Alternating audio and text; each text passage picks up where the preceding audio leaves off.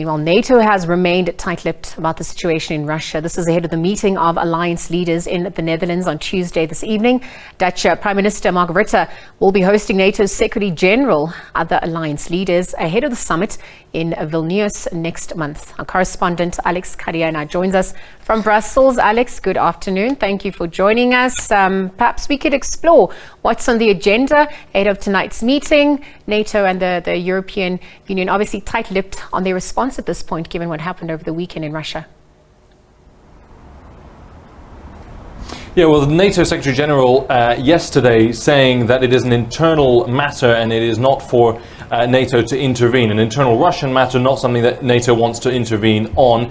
He also said that it was a demonstration of weakness, which shows the fragility of the Russian regime. But more than that, saying that it was further evidence that Vladimir Putin, the Russian president, had made a big strategic mistake by annexing Crimea back in 2014 and by now pushing for the full-scale invasion of Ukraine. And that was all we heard from the NATO Secretary General, true to his word, saying that NATO would not intervene on that internal Russian matter as he described it. We heard a little bit more from the EU's top diplomat, Josep Borrell. He said the war against Ukraine launched by Putin and the monster that Putin created with Wagner is biting him now. The monster is acting against his creator. So a Frankenstein-esque metaphor there from the EU's top diplomat about this spat between Wagner and the Russian security services and the Russian state. So he also added that it shows cracks in the narrative between the narrative that Russia is putting forward in that invasion of Ukraine. So that is the comment from NATO.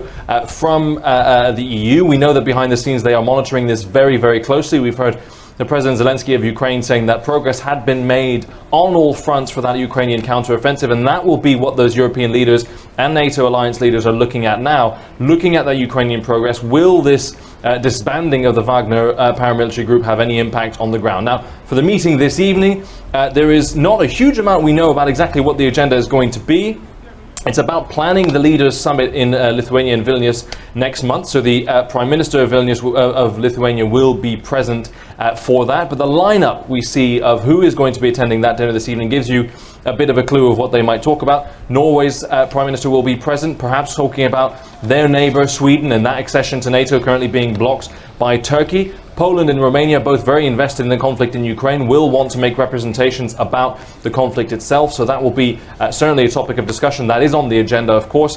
And finally, the Prime Minister of Albania, Edi Rama, will also be present at this dinner. And you would imagine, because he is a mediator in the tensions between Serbia and Kosovo, that will be a topic of conversation for NATO, whose forces, the KFOR forces, are present. So a lot to cover, not a huge amount of comment other than to say that it is a show of weakness that the Wagner mutiny happened at all in Russia, but certainly something NATO and the European Union are monitoring very, very closely. Alex, just very quickly, any word on the whereabouts of the Wagner group leader as we speak? Lots questioning his whereabouts at this point. Yeah, as you said earlier, we've had sight, or at least flight trackers have said that a jet associated with Evgeny Prigozhin has landed in Belarus. So that would be consistent with what the quote-unquote deal was with Vladimir Putin and the Russian state, allowing him to go to Belarus.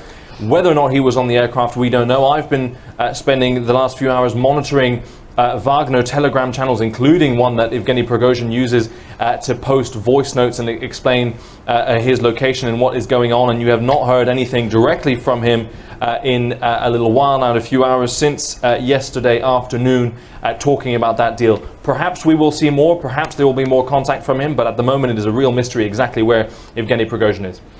Alex Cadier, thank you for that update. SABC News correspondent Alex Cadier live from Brussels, really giving us an update ahead of the meeting with NATO and the European Union at this point, rather mum on what has transpired since the weekend's mutiny in Russia, but perhaps also assessing the impact this is having on the geopolitical landscape and perhaps the Ukraine-Russia conflict as we speak. So we'll continue to monitor that and see what unfolds. Again, thank you to Alex for that update at this hour.